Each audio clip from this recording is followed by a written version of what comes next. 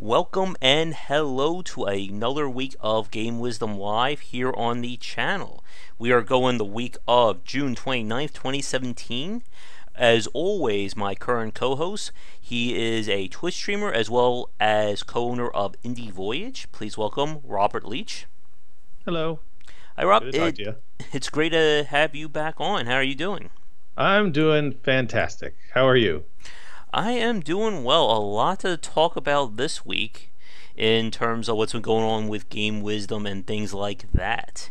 So first off, for those of you watching, I just want to make sure that that's fine. I just want to make sure that the chat in the bottom left there, you guys can see it. But so far things have gone very interesting to say the least. Hi XP, thanks, and El Gordo. So, for those of you who missed last week, I had a temporary job doing some data entry, and it turned out that I somehow got exposed to like the poison they use to kill ants, and left my arms being infected for like 4 or 5 days. Oh Which no. was very interesting. I was going to say that the Darkest Dungeon gave me an affliction for playing it too much, but apparently it turned out basically you can't see as much anymore, but the top of my arms were just like bright red and inflamed. But fortunately, my family, we are known for having allergic reactions and stuff, so we have some very powerful cream to use there. So it's been slowly but surely going away. I think it's maybe like 90% of the way better. Exactly, El Gordo. Just I knew if I would have reported while I was playing Darkest Dungeon, someone was going to say that. But things are going better on that front. In terms of YouTube, we are we are knocking on 2,000 subscribers as we speak. We are at 1,997.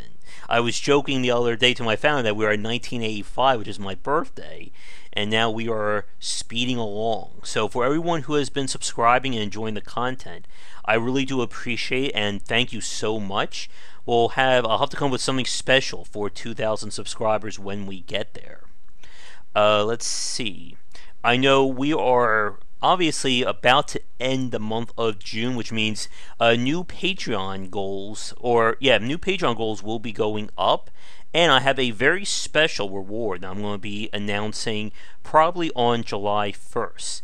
For those of you who are interested more in the presentation or the work side that I do, be sure to tune in for that update video when it goes up. Anything else along that front? I think that's it for Game Wisdom related news. Oh, if you missed the Twitter announcement, I did speak to the developers of the Infectious Madness of Dr. Decker. Have you heard of that game, Rob? I have not. I've not heard of that one. It's a visual novel style game like Her Story, where they use like live actors and you kind of pose questions to them. Oh, that's really cool. Yeah, and apparently the company before they made Dr. Decker, they did all the like murder mystery games that you play with like a group of friends, Oh, cool. and that kind of like inferred on them with Dr. Decker, and they said that they basically got the inspiration for doing it after seeing Her Story. So that interview should be going up in a few weeks. We were kind of talking about having them on for a live chat at some point, but it's still very early. And also, for those of you watching this right now, be sure to tune in tomorrow. That's Friday. Let me make sure we got the dates. That will be June 30th at 6 p.m. We're going to have a developer live cast here. This will be the first one we're doing strictly over here on YouTube. I'll be talking with Nathan, who did the game Missile Cards, which was just released on iOS, I believe, Wednesday. So ideally, we're going to have a great cast. We're going to be talking about kind of, again, the struggles of indie development, which I know is a very big topic. I think we spoke a little bit about that last week between the two of us, too. Right, Rob? That is correct. So that will definitely be an interesting cast, and we'll see how things go over here. I just remember... nuts. I just had one more thing that I was going to say about Game Wisdom. Yes, 6 p.m. EST, El Gordo. I guess while I'm trying to think of this last point, for you, Rob, do you have any interesting news about what's going on with you or with Indie Voyage? Yeah, actually, gosh, the day it was either one day or 2 days after we spoke last, so the last weekend. On that, for whatever reason, it's escaping me, like a G2C or something like that. The website. Hmm. Which one? What was it called? Was that it? Was that accurate? G2A. G2A. It's Hmm. a letter. Okay. So along those lines, I've just seen more and more emails that are shadier and shadier requesting game keys, and they're getting like smarter and smarter. I got one last weekend from someone who gave me their Steam ID, and their Steam ID showed like, oh my God, level like some kind of Uh, Steam level in the hundreds, which was like crazy. Over 8,000 games owned, and a couple of different groups they belong to. So I checked out the groups, and it just felt like I was getting deeper and deeper into the black market.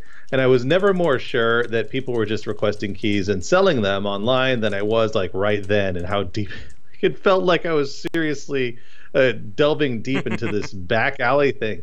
But it's a little frustrating when you give away keys, and it's requested by people. Usually, they claim to have these large followings. A lot of them are just duping other mhm.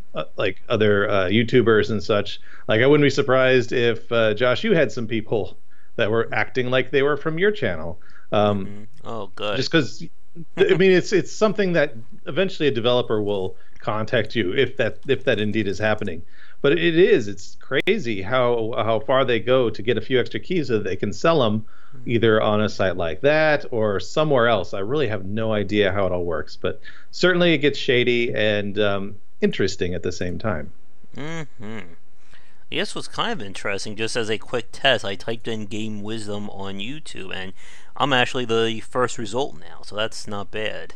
That is awesome. That's always good when you're the first thing on SEO like that. But yeah, as you said, it's definitely shit. I did see other developers talk about that on Twitter over the week, that they've been trying to rebrand themselves, but it still sounds, again, like something is up. Like someone saying, "Hey, would you like the latest game for 10 cents?" It fell off a truck somewhere. Yeah.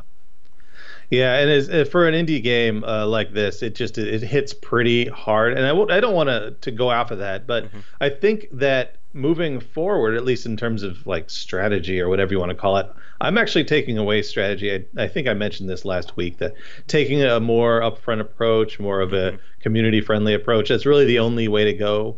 And handing out hundreds of keys to random YouTubers and such just feels sometimes, even if it works out, it feels a little forced. I found that any external traffic from Steam instead of traffic through Steam actually results in next to no sales.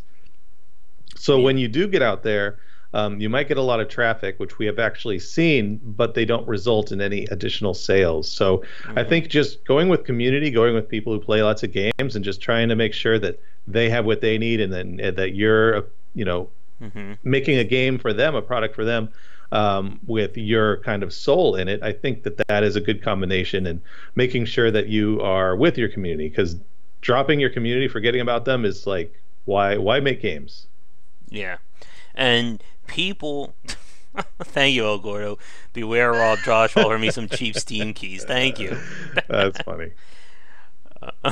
And that's a good question for you. But before we get to that, it's one of those things, like as I was just about to say, consumers, especially gamers, are very intelligent when it comes to game developers. And if they sniff any kind of wrongdoing or any kind of issue, not only are they going to find it, but they will call you out on that within milliseconds, as we have Yeah. seen many times over. And there's one very big piece of news regarding that, but before we get to that, I guess that's a good question from XP. What do you think about this whole key reselling craze that's been happening, especially in light of stuff like G2A and the quote unquote black market that's kind of turned into?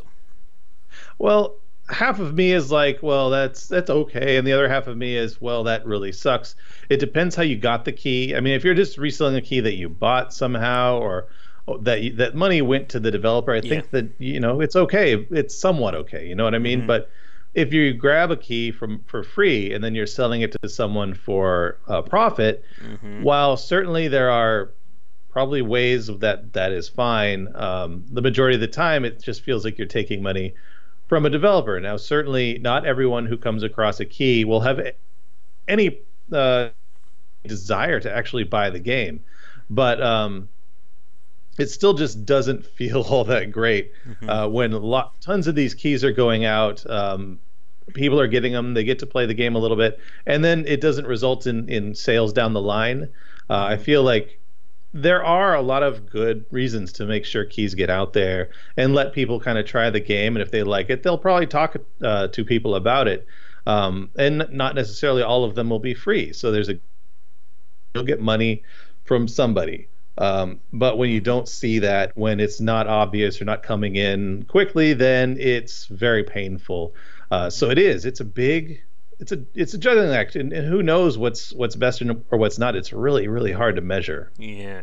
And again, it's one of those things that really just kind of like popped up one day out of nowhere, and we haven't really been able to settle on any major, rulings as to yay or nay. I think for me, I'm kind of in the same boat as you, Rob, that in terms of like, as XP said in chat, like if we're talking about a gray market, like something like Amazon or eBay or someplace where you can legitimately sell your game key and sell it one time and that's it, then I think I'm fine with that. But if we're talking again about someone, buying 80 keys of a game off of Humble Bundle for like $5 and then going to a site and selling it for like $5-10, that kind of feels a little bit wrong to me. It feels wrong, but at the same time, the developer at least is at least opting into Humble Bundle, who are going to give them money back. It all goes back to the whole GameStop, quandary of them, getting a game sold and then buying back games and reselling them for a profit. Even if that game is like a $60 game that then becomes a $50 game, then the $50 doesn't go to the developer. Now, for me, GameStop is one of the biggest stores in the world, just like Steam is. So it's kind of a shrug, and at least it gets people in the door trying your game, even if we're a little bit cheaper and they might buy you in the future. To Oscar or El Gordo, is that what they're calling you? So I can't see any username there. But you're right. Some games, like they charge a lot, and it feels really tough as a player to warrant spending that money. And I feel the same way. I feel like I have not bought a game for actual retail price. I maybe buy like 4 of those a year, because it just feels like I've got so many, I can't warrant spending that much on any particular game. But I do have a story about that from years ago, if you don't mind me just kind of launching into it, Josh. Sure. I don't want to keep talking too much. But I worked for Visual Concepts back in the day, and they do the 2K sports. So their big game right now is NBA 2K. So this was back in like 2003 or so, 2004. Their big competitor, of course, was Electronic Arts, and this was before EA bought the NFL license. So NFL was the big, that was the big money for those companies, and EA was way far ahead. And Visual Concepts back then, Sega Sports, was trying to figure out a way to survive, because being eclipsed by EA, they were just getting crushed.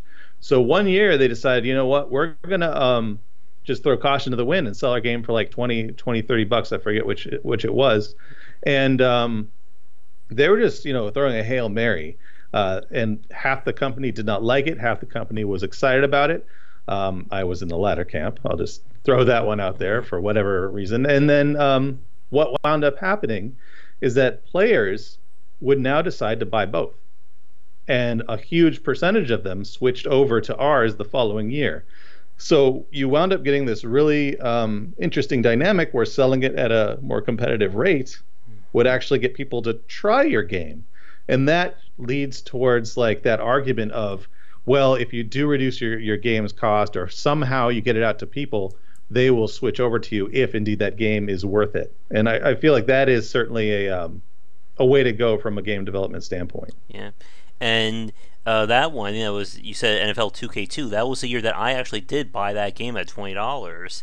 Yeah. Because, again, as someone who has no interest in football, I'm not going to risk $60 of my money on a brand new EA game. Yeah. But $20 is a lot. It's a smaller pill to swallow in a manner of speaking. I was just talking to my friend Josh over at PvP Live about this. Like, a $60 multiplayer only game has no interest to me whatsoever. I don't Hmm. care if that is the greatest game of the year, if everyone is playing, it's the next big esports. There's not $60 of value in it for me. And I was talking about Injustice 2. I really will play Injustice 2. I think I would like it. But I'm not going to get $60 of value out of that game no matter what. Because I'm not a big fighting game person. But when it gets down to like $20, $25, that's going to be a lot easier for me to accept. And I think just like you, Rob, I really don't buy a lot of games at full price. I think if I think about it right now, the last one that I actually spent full price on was like XCOM 2. And I know the expansion's due out in a few months. And chances are, like, anything Nintendo related, like, again, like first party Nintendo games, I will probably spend full price because I know they're not going down anytime soon. But Yeah. it's always that challenge of, what is the right price to sell my game at? And again, if we solve that, we can both, go on tour. We'll be millionaires after that one. Yeah. Let me see what's going on here in the chat. Yeah, and that's always that challenge. Again, a lot of people, like, I know Rob and I, we didn't talk about this, but I think when I spoke with Lars Doucet, who did Defender's Quest, we talked about how sites like G2A, they buy legitimacy. You notice a lot of big YouTubers and streamers have the little G2A promo code right here on their site or over there. And again, it's a way for them to seem, hey, we're credible, we're with so-and-so. But this again goes back to the general lack of education when it comes to understanding game design in the industry. A lot of people see Steam as the same as Amazon, which is the same as Humble Bundle, which is the same as GOG, or in this case, the same as like G2A. There's another one that I use called CD Keys, which, from what I've heard, they are kind of, again, in that really weird, awkward place between, are they legitimate or are they, key resellers? But again, for the common person, they're just going to see on a site, oh my god, this place is selling Injustice 2 for $5. Oh my, that's an amazing deal. I'm going to give it to them. And because they, the idea of the purchase lends that sense of legitimacy. I gave a store $5. I didn't know, that's not stealing. I paid my money fair and square, but they don't know where that key came from. That's always that tricky part. I do feel like it's all leading towards one point in time where Steam's going to decide to either limit severely the key system or get rid of it altogether, which is going to put dozens and dozens of businesses out of business because Yes. everyone online who sells games is heavily dependent on Steam keys, which is the strangest thing in the world. Like, I don't understand how you can build a business entirely based upon whether or not a particular company decides to grant you with like these keys of magic that you can resell at any price you want. Oh, yes. So like you could totally undercut Steam anytime you wanted to, but at a certain point they may just decides enough, and there go just dozens of websites. Yeah.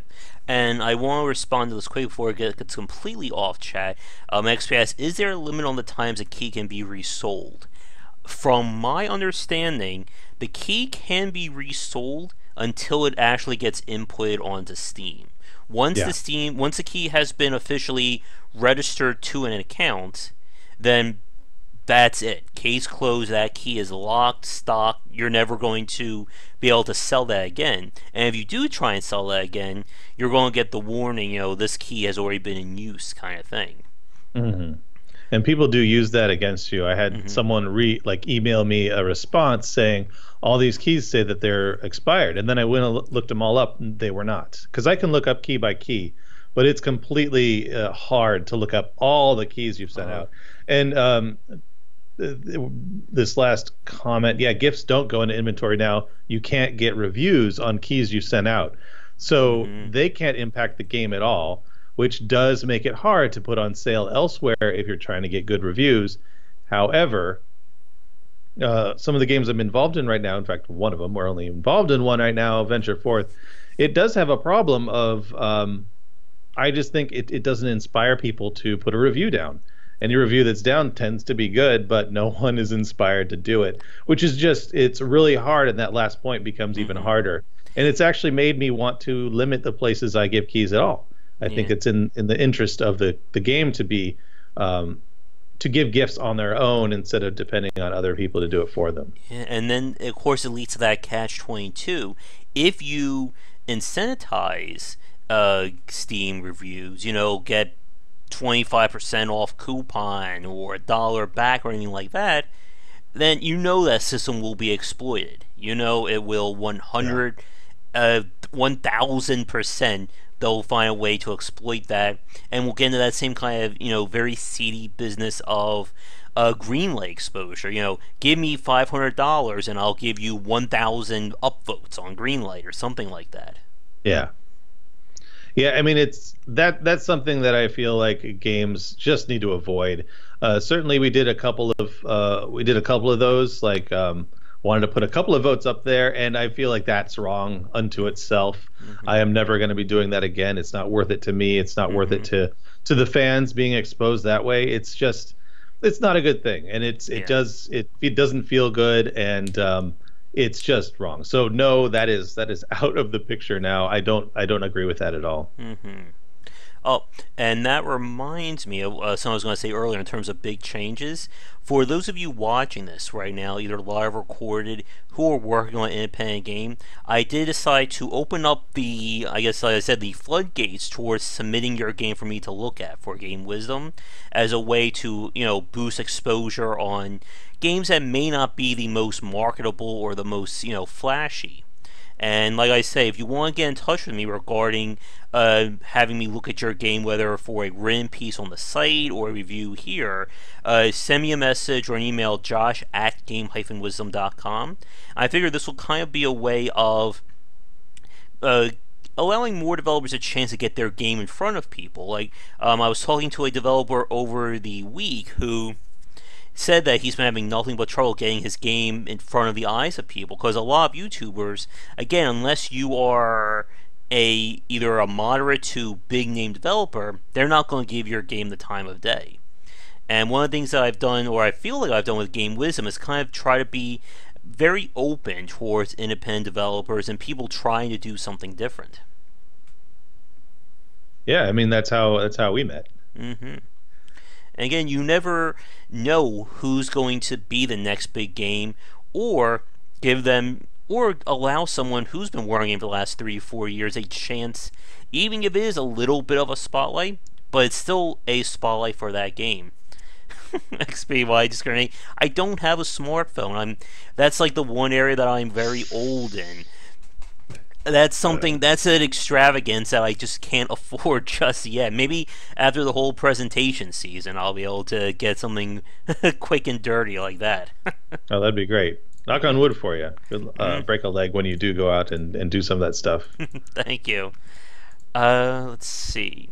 But yeah, getting back to at least this topic, when it comes to like trying to, like, the whole idea with Steam keys and that kind of legitimacy, it's always going to be very tricky in terms of anything off of Steam. Like, I know I talked about this a few months ago when it was first announced about the Steam reviews no longer counting unless you bought the game directly on Steam. And it's always that challenge of anything that they do, it's always going to affect legitimate developers. Like, it's one of those things, like, any changes that are due, there's always going to be innocent devs caught in the crossfire. But if they want to bring back that kind of brand reputation to Steam, I think it's unfortunately going to be some necessary evils that have to happen. Yeah, it is such a, with the landscape as big as it is now, it is impossible to truly balance all those things that go into it. Now, here's a bit of news that's been kind of blowing up on the indie side this week. There's been reports I'm not sure if you heard about this as well, Rob, of the composer to this indie game who apparently is trying to use the YouTube copyright system to basically issue a DMCA to anyone who plays a game, and even though she no longer owns the music to it. Oh And no. it's been going from nasty to worse over the last few days. Um, I know Jim Sterling talked about it, Total Biscuit. I think the YouTuber Sid Alpha was the first one to report it. And it just sounds very, very nasty all around what's been happening. Apparently, I think, again, I haven't done any real reporting on it myself, I'm just going by what's been said, that um, they worked on she was the composer for this game. I think it was I think it was either attempt to hire or a freelance position. So after the game was all done, obviously because it was a temporary position, or the contract she signed stated that music rights get transferred to the game developers. And then the game developers decided to do a updated version of the game, I guess with either fancier graphics or just a re-release. And she felt like she was entitled to that money because it's a second game using using her music. But the developers say that it's not in that contract, and apparently she kind of went crazy over it. And she's basically been, anyone who's been playing the game, she's been issuing a DMCA, which it's one of those things, again, if you don't follow too much on YouTube, it's basically the digital media copyright takedown. And if you get 3 of those on your channel within, I think, 3 months, YouTube will basically turn your channel off. So it's a very big deal. And the fact that she was basically using this to get YouTubers to go after the company is just like a whole nother level of like filth or disgustingness of this whole situation. Yeah, you can't put the fans in the crossfire, or even like unrelated persons. Like it's between the musician and the developer, and that's kind of where it has to stay. It's, gosh, that stuff in the game industry has been so crazy, and I know the music industry contracts are so ridiculous these days. Yeah, I when I do my stream, I'm very careful. I do use music at the beginning every time. I'm very careful that it's Creative Commons and it's the right kind of Creative Commons. I actually had to do a dispute on YouTube that I actually won, hooray, because it was Creative Commons, and the CD Baby apparently had a different contract with the musicians. So I can't imagine how fun that must have been for them afterwards. Yeah, it's fun stuff. Yeah, it's just a pain all around. I mean, I got a copyright claim, I think literally today for a game I did, Can't Drive This, and this was like 7-8 months ago, for like 60 seconds of a song in a 30-minute video. And it's just a very crappy system, which unfortunately, like as you said, Rob, the whole music industry, especially with the rights, especially with contracts, it's just a quagmire, I bet, to deal with. I was fortunate enough to work with someone who knew the music industry very well, and he introduced me to the topic of like needle drops and different pricing for dancing with music and lip syncing music, and actually having the performance artist doing it. It's just silly. It is. I can't even. Lawyers who specialize in that just must have 24/7 work. Oh yeah, the legal team's gotta be very compensated for those kinds of issues, and it's one that we've been hearing more and more about, especially with games that use copyrighted music, and the whole idea of long-term support for games, like we talked about with Grand Theft Auto, and what I'm sure will probably happen with Grand Theft Auto 5 at some point in the future. Yeah, they do have a lot of music in there, that's for sure. Yeah, and it's just not going to. It's one of those things that something's going to have to give if it's going to get any better. Because if it just stays like this, it's just going to become a massive pain for everyone involved. Yeah, it's all about learning, because the game industry folks, strangely, don't draw from the mistakes made in other places. Not because we don't think it's necessary, but because it's a new thing, and we've never had a problem with this. Well, not never, but like very few people have experienced problems with this particular thing. And with more and more creative content and more specialists who had to go to school that's very expensive to learn this art, and then to come out of college with putting music into a game, and then to not see what they expect to see out of it, it just must be very disconcerting. And again, it's one of those topics that you don't, like as you said, Rob, that it's not something you're really thinking about when you're in college or when you're designing your first video game. But it's all those little things that can come back to bite an inexperienced team. Especially, as we said before, when money is involved, you have to be very, very careful whenever money is exchanging hands like this. Yeah, absolutely. But I think let's try to move on to something a little bit happier, since we're about halfway done our stream here for tonight. So in terms of games that I've been playing, now obviously for those of you who've been watching this on YouTube, we've been doing Darkest Dungeon for pretty much every night, which has been a lot of fun. A lot of people have been tuning in and enjoying the excitement of getting a character named after them. So we're going to keep doing that, at least in the short run, while there aren't any other really interesting games I think worth Let's Playing just yet. I know Diablo 3 had the Necromancer expansion put out, or I'm sorry, it's not really expansion, it's more like DLC. So when Season 11 starts, which from what people have been telling me, it's either mid to late July, I think that will probably be the next big, or at least semi-big Let's Play stream here for the channel.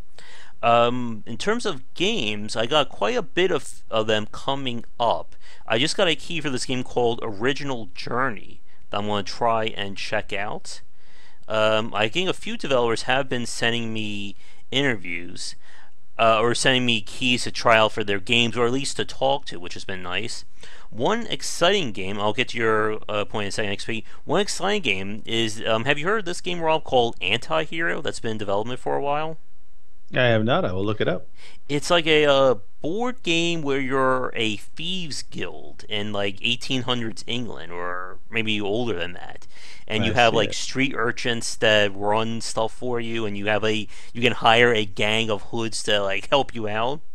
And the game is due out, I believe, July 12th or 10th, and I've been playing the pre-release build that they send over, which I'm going to make a video on probably in a few days.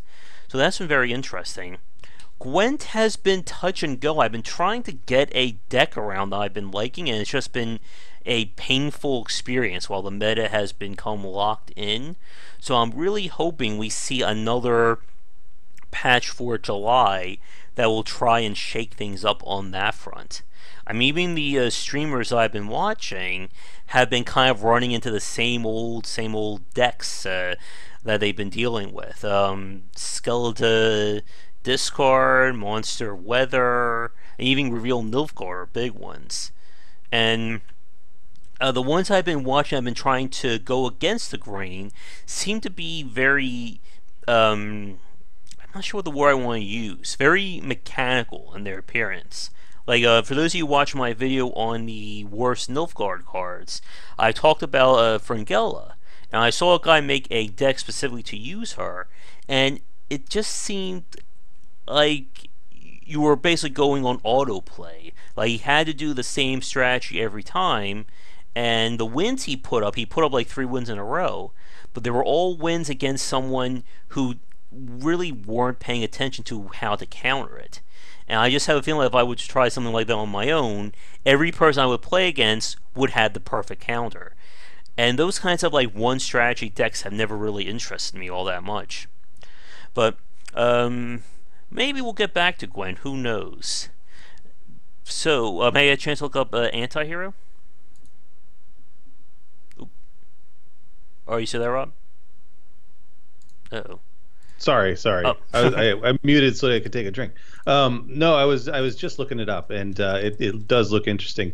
The art style reminds me of Don't Starve. Like, I had to look it up and make sure it wasn't the same developer. But no, it looks very cool. I do like that concept and the art style. To me, like, the one thing that can set your game apart from all the others is art style, and so it really does the job there. Yeah.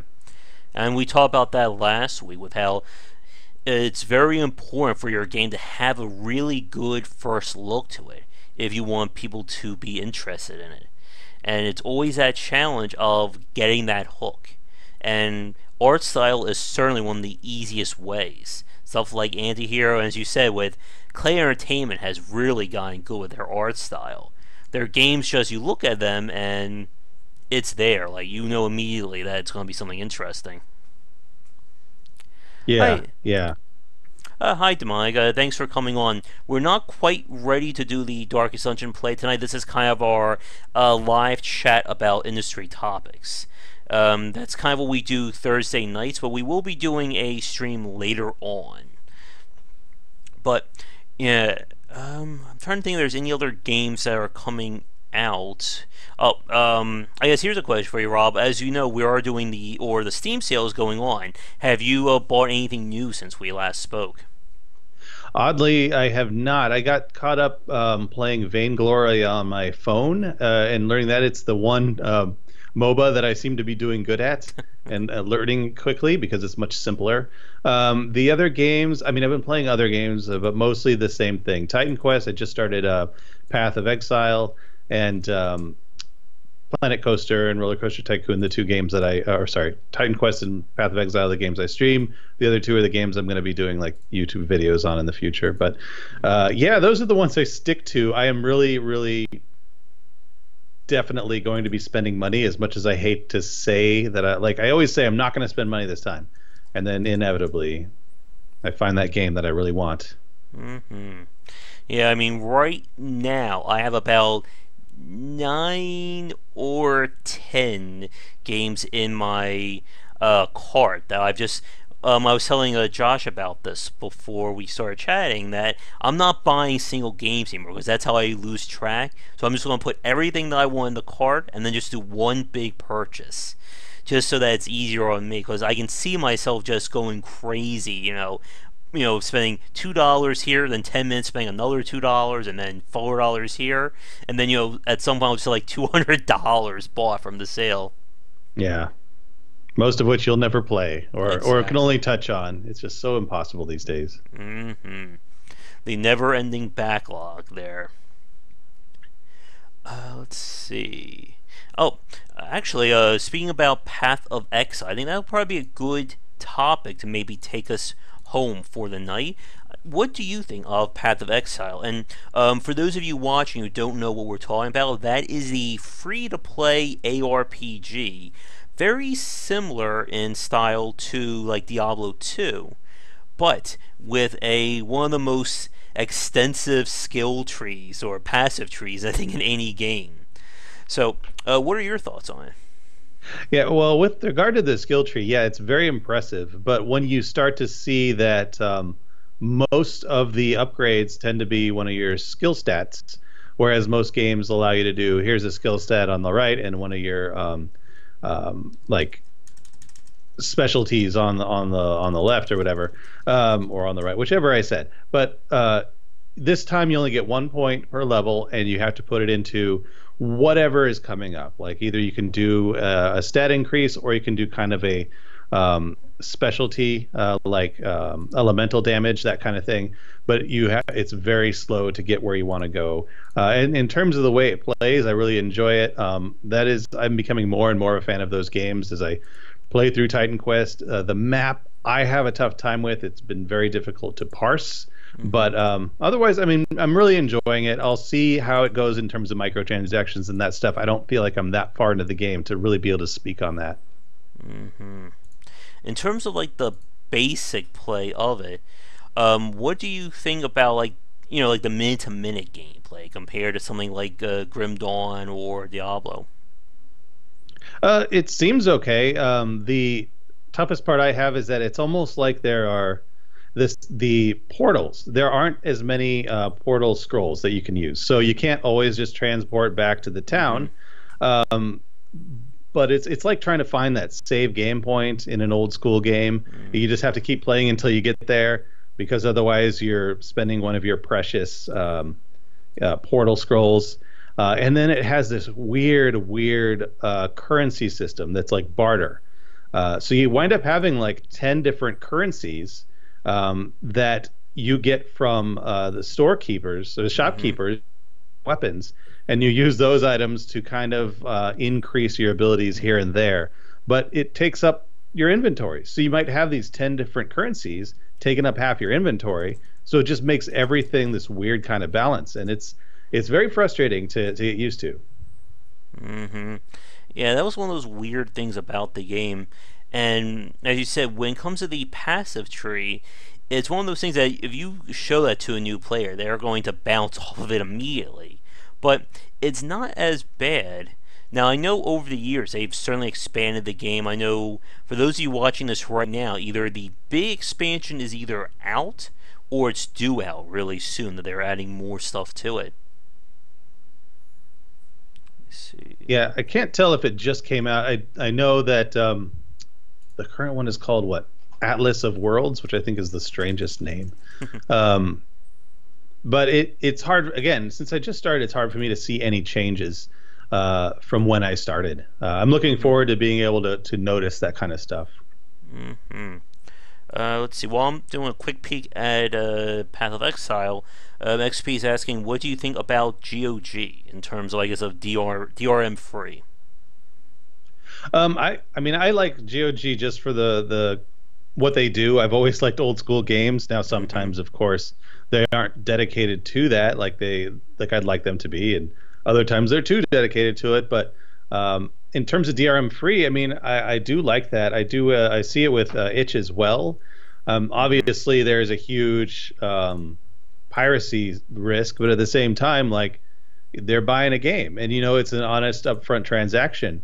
And honestly, that kind of piracy, at least money has been exchanged, and I can't really argue with that, since most people who get those games that way never were going to get it to begin with, especially in terms of spending money. So it's a very tough thing to call one way of money lost or money gained.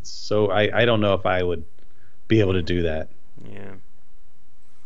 And I just looked up Path of Exile. So the new expansion is going to be called The Fall of Orath. So that game has certainly come a long way. I remember, seeing people go, "Did you hear about this new game? It's going to be a competitor to Diablo." It's like, yeah, it could be out eventually. And it kind of really got a big boost after kind of Diablo 3's release, like the initial negative reaction to it. And it was like, here's this game that's just basically Diablo 2 but bigger. Yeah, it's interesting. I mean, that when you have that style of game and that popular of a game, and then someone comes out with a game like it or somewhat similar or improving on it in some aspects, it's very tough to convince fans of it that it's going to be better. And even if it is or isn't, depending on what people think, there's always going to be something wrong with it, something to argue against. That's just the nature of things, I think. Yeah, and with Path of Exile, the free-to-play model has been, again, that very interesting part. The majority of the game, or I think most of the game, is free, and they usually save the premium stuff for either quality of life improvements or, buying cosmetic bonuses and aesthetics and stuff like that. Yeah, I mean, it's just like a lot of the MOBA stuff. And by the way, I just want to notice, I love that they're talking about Pikmin. That is, Yeah. I did love that game. That was so much fun. Back in the Yeah, day. I still have. I think I do own 1 and 2. I remember I had to re-buy them used, so I couldn't find them. I played a little bit of 3, but I just had trouble using the Wii U tablet to play that game. Maybe at some point I can hook up a Pro controller or use something like that to make it a little bit easier. Yeah, that'd be cool. It'd be cool to revisit. I remember, what was it? Overlord? There's a game that was similar. Overlord was really good. El Gordo was telling me that should be one of my Dissecting Design pieces, the original Overlord, which was pretty good. Yeah, yeah. Well, there's an original Overlord, which is the American name for a British game from way back in the 80s. Oh man, I always when I hear that name, I just go back in time. That's all. Sorry. Hmm. Definitely. Let's see. What's our time here? We got probably about 10 more minutes, and then we'll start to wrap things up. I guess, for you, did you have a chance? I forget. Did you play Grim Dawn at all? I didn't. Let me go back and just remind myself. I'm so bad with games sometimes, which is bad for being in the games business. Mm-hmm. Oh, okay, I see. No, I have not played that one. Ah. I will try to get to it. These games are so long. I can't beat one and start. I can't start another until I've beaten one. Mm-hmm. This isn't entirely true, but Yeah, Grim Dawn was really good. We did a whole lot of playing on that in the stream over here and on Twitch at the time. I'm waiting for the next expansion, which is going to be hopefully out. At this point, I don't even know. Let's see if there's been any push on that. Well, Grim Dawn was really good. It was done again by the developers from Titan Quest. Titan Quest. There we go. yeah. I'm just like trying to look at like 5 things at once. And hey, Kay, thanks for coming on. This is our weekly live show where we basically talk about game industry topics. There will be a stream of Darkest Dungeon later tonight, though. Let's see. Last bit of news. They were looking for second, third quarter of 2017 for it. And it looks like they're going to hopefully begin doing a closed beta very soon. So very excited about that. Really, you skipped Grim Dawn, El Gordo. Oh yeah, that's true. The journal feature for Pikmin 2. We could easily just segue into talking about Pikmin as well.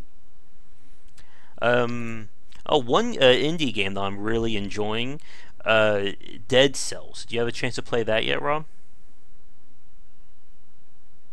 I am looking it up right now, so no is the answer to your question. That one I kind of neat. got a lot of my friends into. It's a 2D Metroidvania style game. Cool. Yeah, I like when those are done very well. I did a stint of work, a contract job for WayForward, and they were specialists in 2D games, so it's kind of cool yes. to watch those guys do their thing. Yeah, and I know a few of the guys from WayForward. They did go to form Yacht Club Games, and they, of course, Yeah. made Shovel Knight. They're always a lot of fun to talk to. Hmm. Let's see. And now the chat is talking about we've gone from Pikmin to Darkest Dungeon in the chat. But yeah, like something like the ARPG genre is always very tricky to get that right balance between loot and progression. Oh yeah, jeez. Like Diablo, I think really got great with that. XP, you like to hear critical thought on game publishing. We could probably do something like that at some point for your game, Rob. Yeah, sure. I mean, we've certainly learned a lot from a one success, a couple of not so successful stuff. So lots of info there. It's fun to pass on. Mm-hmm. Oh, that's cool. He re-listened to your cast we did last year. Ooh, cool. Don't listen to the three ago, Josh, where that was miserable. Was that the one when you were on the lonely, snowy road? Yeah, I was stuck on the freeway. That was all kinds of fun. Again, I think we should turn that into a horror movie. I think we got something right there. Yeah. But like that kind of loot generation, I spoke with the 2 developers, Travis Baldry, and they originally did Torchlight. And then they went on to their own game, Rebel Galaxy, I want to say. And they talked about that kind of loot generation, and it's always that very tricky. I talked about this a few days ago in terms of loot tables, and how it's one of those things that's very innocuous. Like you don't really think about it in terms of like a good or bad one, but when you're playing a game that's better, like you can really feel it when you're getting a good loot roll in those types of games. Yeah, I remember playing Torchlight and just being inundated with loot all over the place, and you didn't even have to go to the shop. I feel like if you're not buying stuff at the shop, the balance is there's something wrong with the balance. Hmm. I know Titan Quest. I do feel like buying stuff at the shop is very worthwhile every once in a while, but you'll find that rare thing out there. So having that balance between finding rare stuff out in the wild and finding something good to buy in the store is excellent. But when there's too many things that you're picking up that are slightly better than the last, it's just such a pain to Yeah. juggle. I know. Grim Dawn got really close to that, in my opinion, with just that kind of loot overload. And there's always that challenge of that procedurally generated design that what's better, a fiery war axe or a burning war axe or something like that? Yeah, greater burning war axe. Hmm. Uh, And yeah, it just like that was one of the things I really did like about Diablo 3 when they just implemented the system where you see, okay, this raises power, this raises defense, this raises vitality, and that's it. That's all I needed to know. And again, if I want to look at the other stuff, it's there, but I always had that immediate information about what's the biggest points of that piece of gear. yeah, I like how they're just including DPS with everything. It just makes it so much easier. Definitely. Let's see. I think we are hitting on the hour. Are there any, I guess, anything else regarding Path of Exile that you want to bring up, or your thoughts on it? Not really. I'm enjoying it. The one thing that always bugs me about those games, I apologize to people who do this for a living. That is writing content for games like that, and also doing voice acting for games like that, because it's like everyone does a monologue. They have their own Mm-hmm. monologue every time you speak to them, and they're very dramatic. And to me, there's no point because all I have to do is click past it. You know what your quest is. You have the information in shorthand. So Mm-hmm. that is a mild irritant to me, and I don't understand why people don't like pare that down a little bit. Yeah. And as Jarvis is saying in chat, like very good loot table. Like it's one of those systems that is very hard to describe why it's good or why something is bad because it's all built on procedurally generated gear. So it's kind of hard to process. Like, is this giving me meaningful upgrades, or am I just picking up the same 8 to 10 swords and trying to decide, this one is 1% better, or this one is zero point 0.5 faster in terms of attack speed. Or this one's good against fire elementals and bad against lightning. Yeah, it's such a tough thing. I do. It really is interesting because the concept is you find all this loot and you go to town and you sell it to the guy, the shopkeeper, and it's like, how much money do they have? Because I keep giving them stuff and they keep giving me money. I surpassed like 5 million gold in Titan Quest recently. It's just ridiculous. Mm-hmm. Yeah, man, it's always. I do like speaking about the shop system. That was one of the things I did like about Diablo 3 when they introduced the gambler back as a way of an alternative way of getting legendary and set items. Just as an easier way, because again, for someone like me, I am horribly unlucky when it comes to getting those set items. But at least I have a semi decent chance of rolling it with all those blood shards. But that was one of the things that kind of started to wear on me with Path of Exile. And I'm going to be curious, if you continue to play Rob, what do you think about the game's kind of end game? Or what happens when you beat the game for the first time and they start upping the challenge? I will have to check that out. I'm definitely going to be continuing playing it. I do like that style of game for streams. Mm-hmm. A lot of times I'm completely boring when doing it, but I'm a lot more exciting with those than I am with other games. So it's fun for me, and I think it's more even if you turn mute on my horrible voice sometimes. Mm-hmm. Yeah, and let me just scroll back up here. Jarvis was talking about Borderlands, and the Borderlands series is very interesting in terms of its loot generation. because you have the added effect of the fact that you're actually using the guns. It's not like an RPG where you watch a guy swing the sword and you have no real input. In Borderlands, if your shotgun is super accurate, then you're going to be able to actually aim with that weapon. But it kind of got, I think, a little bit too much loot heavy, at least with the second one, and especially when they started adding in the New Game Plus enemies. Did you play through Borderlands, Rob?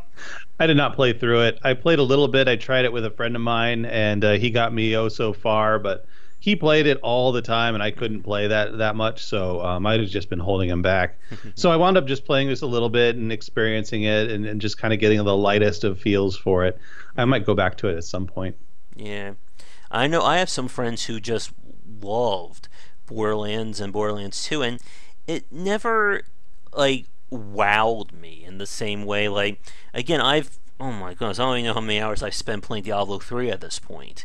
But there's a difference between playing Diablo 3 and me playing Borderlands. And I really did not like the pre-sequel, but that's probably another 30-40 minutes right there. Oh, so they are making a third Borderlands. Huh, that's interesting. I think I heard something about that, or Gearbox is working on something. What was I about to say? Oh, have you heard or have you followed anything, Rob, regarding Cliff Bleszinski's new game, the Lawbreakers one? No, and the name just sounds familiar to me. I don't, Lawbreakers, you say? Yeah, that's their, it's his free-to-play co-op based shooter. Ah, it looks cool. Are those in-game shots that I'm looking at? I don't know. It But is hard to tell. I've been hearing very interesting things about it. They say it's supposed to be aimed at like the higher end of the scale. Certainly looks that way. It's being published by Nexon. That's interesting. That is interesting. But I mean, free to play, they're good at that. Wait, actually, I think I may be wrong. It's actually going to be $30 according to Steam. Oh, you're right. Yeah. Boy, was I wrong there. I know me them too. from mobile mostly. Yeah. Well, I know them from Shattered Galaxy. That's going way back. Have you ever heard of that game, Rob? I have not. That was a free-to-play semi-real-time strategy game from like 1998, 1999. Oh boy, that goes way back. One of the people I follow on Gamma Sutra, who's basically an expert on monetization and free-to-play design, that was his first game that he had a chance to like be on the team with or talk about. So that's kind of like one of those like really rare, 6 degrees of Kevin Bacon kind of moment there. It's strange how that happens. Like, someone who knows someone. It is a very interesting business that way. Mm-hmm. Yeah, Demonic. I am okay at first-person shooters when it comes to the PC, but I cannot play any console first-person shooter. I just cannot. My brain just doesn't work using analog sticks for aiming. And we could arguably say that it doesn't work with keyboard and mouse for aiming too. Like I was telling people about this, like Left 4 Dead, I was really good at. Same for Payday 2, but then I am just dreadful at Overwatch. Have you had a chance to play anything of Overwatch, Rob? No, it's been in terms of console at all or controller-based games. I have been off the map with those. Overwatch is on the PC. It's one of the Battle.net stuff. Let's see here.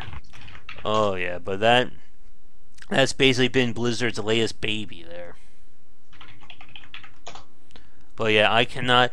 The only characters I'm good at, I think in Overwatch was like Mai, or something like that. Oh, thank you, Elgar.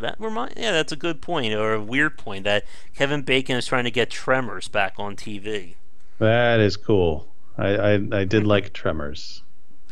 I have to. I hate to admit, but I have watched at least 2, maybe 3 of those movies. I did see the original one. Yeah.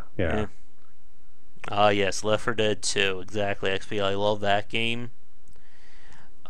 what was I about to say? Oh, speaking of, I guess, random tangent, I've also started watching the Twin Peaks revival on Showtime.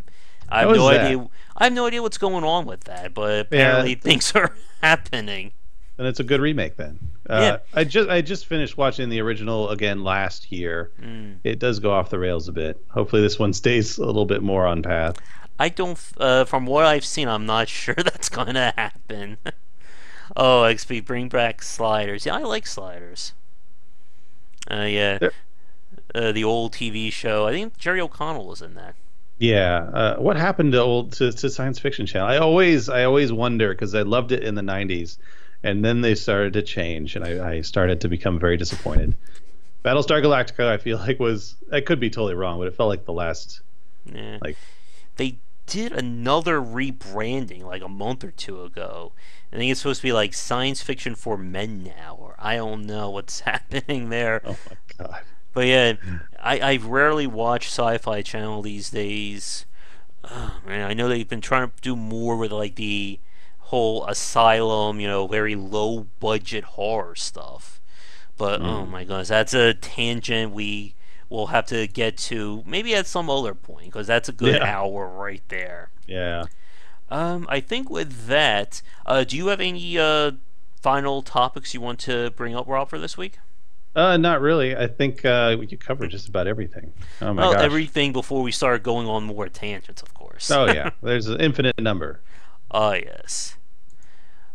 Uh huh.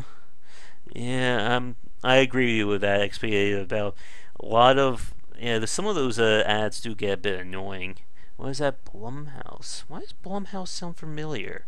That's not a Steve Blum, is it? Hmm. Oh, speaking about stuff like that, I know. Um, Anime wise, I've been watching Attack on Titan. Have you heard of that one? Yeah, I've that's been Mm. on my list on Netflix forever. Mm-hmm. Yeah. Yeah, that's true too, Jarvis, about aiming. Like, have you played a Payday by any chance, Jarvis? Because I felt the same way about that kind of feel or that kind of aim. Oh, Blumhouse publishes horror movies. Gotcha. All right, I think with that we can probably start to wrap it up, at least for our weekly live chat. So, for those of you watching this, either live or recorded, in terms of what's coming up on Game Wisdom, on July 1st or 2nd, I'll be making a special video with updates about the Patreon and a special limited time reward that I have planned. This week's podcast is going to be my chat with Tim Wetzel from A Paladin Without a Crusade. It was basically like a grab bag of topics. We just basically spent, kind of like this, we spent like an hour talking about any and all topics we had in mind. And let's see. Other than that, I don't think there's any other major announcements just yet. Be sure to look forward to some more game spotlights coming soon, especially after I buy some of my Steam stuff. And Demox, Tim is a friend of mine. He does a site where he talks about game topics and game reviews. And let me see. I think with that we are about done. So, for those of you who have, let me see. Ah, yes, that's right. The whole Payday 2 things. The whole Payday 2 discussion. And maybe we can say that for next week about DLC. Somebody remind us then that we'll talk about DLC stuff for next week. But we're going to wrap it up here. So for those of you watching this live, I will be back probably in 40 minutes, maybe by an hour, and we'll spend like an hour or two playing Darkest Dungeon. That'll round out the evening. For those of you watching this recorded, be sure to tune into the recorded plays of everything. And be sure to listen to our weekly podcast. That'll be at game-wisdom.com. So, for everyone who is new, if you enjoy things, be sure to like and subscribe. Rob, if you want to mention your Twitch stream, if folks want to check you out, go right ahead. Sure, I'll just put it there. I just do Let's Plays these days. I Mm-hmm. did some design stuff, but that was boring, I thought. So yeah, I'm just gonna type it in real quick. But yeah, if you feel like watching me play Infale at Titan Quest or Path of Exile or any game that you want to recommend, just let me know. All right, if you want to type that in chat while I finish saying goodbye, go Oh, right ahead. I can't type it in chat. I forgot. Here, I'll just do slash. So that's a one word. Indievoyagerob is all one word. It's just that's twitch.tv/indievoyagerob. Okay. Yep, and of course, for those of you who are new, we do these live chats Thursday nights around 9 Eastern, and we usually go for about an hour. Now, for those of you, again, be sure to tune into our actual developer livecast Friday evening at 6 p.m. If you miss it, that will be, of course, archived and set up here, so you can just watch the recording. But if you'd like to ask questions and hang out and talk indie developer topics, be sure to tune in for that. But I'm going to refill my drinks, rest up, and I'll be back with some Darkest Dungeon later tonight. But again, thanks for tuning in. Have a great rest of the evening. And Rob and I will chat with you again next Thursday night. So until then, have a great night.